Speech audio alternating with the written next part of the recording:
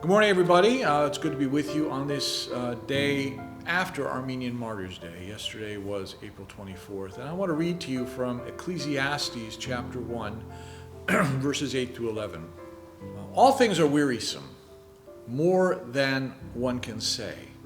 The eye never has enough of seeing, nor the ear its fill of hearing. What has been will be again. What has been done will be done again. There's nothing new under the sun. Is there anything of which one can say, look, this is something new? It was there already, long ago.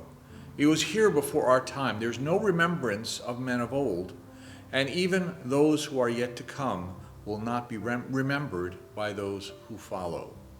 Interesting passage. The preacher, as we call the author of Ecclesiastes, he starts his book with this message about cycles. If you read the whole chapter, he's talking about life is a cycle.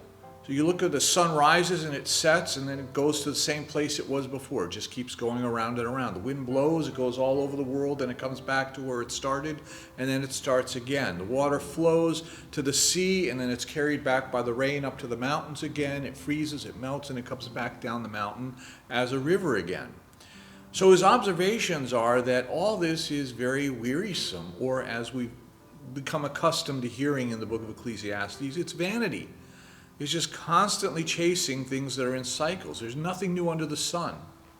And even in life, he says, we do the same things over and over and over from one generation to the next. The vanity of the situation is very depressing. And he's asking, how can we stop this cycle? And I think what he's trying to say is that one important key is in remembering, and that's something we talk a lot about at Martyrs' Day when we get to this point in the year. To fail to remember is to fail to learn, right? That's what learning is all about. You're trying to remember things, put things in your brain that you're going to remember. If I went to school to learn but then refused to remember anything after I finished the tests, the next year when I come back to start the next level of my education, I wouldn't be able to. I'd have to go back and learn the same things all over again. And that's exactly what the author of Ecclesiastes is saying mankind has been doing throughout history.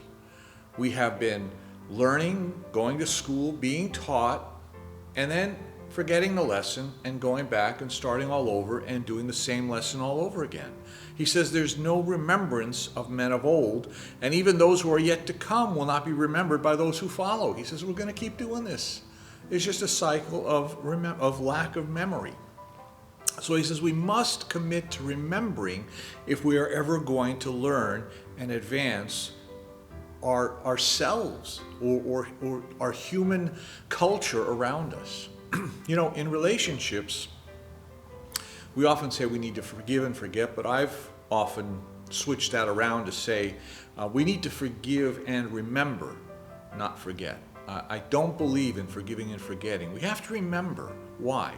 So we can dwell on the past, so we can wallow in self-pity, so we can carry around grudges and feelings of resentment? No, of course not.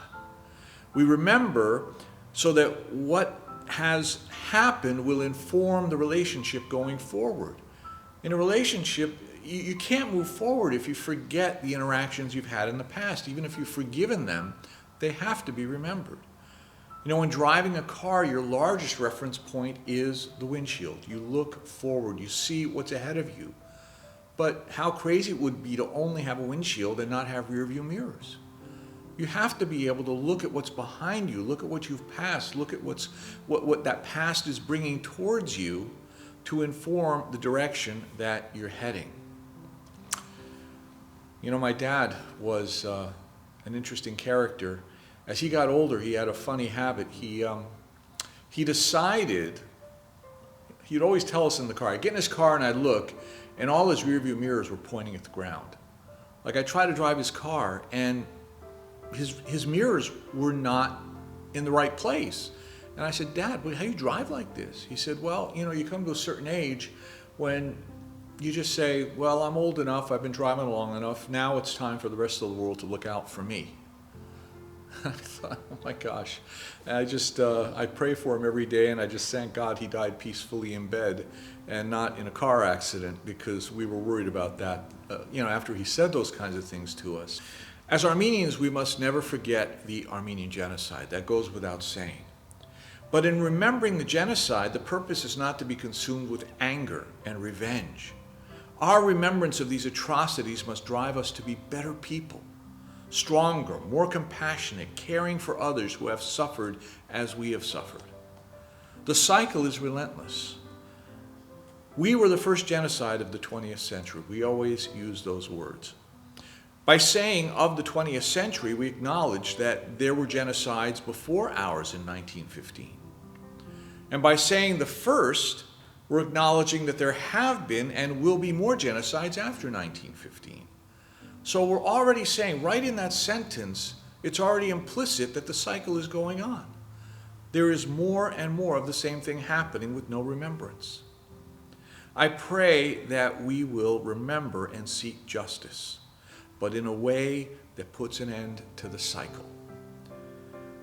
That we would honor our martyrs by living dynamic and productive lives and making significant contributions to the society we live in.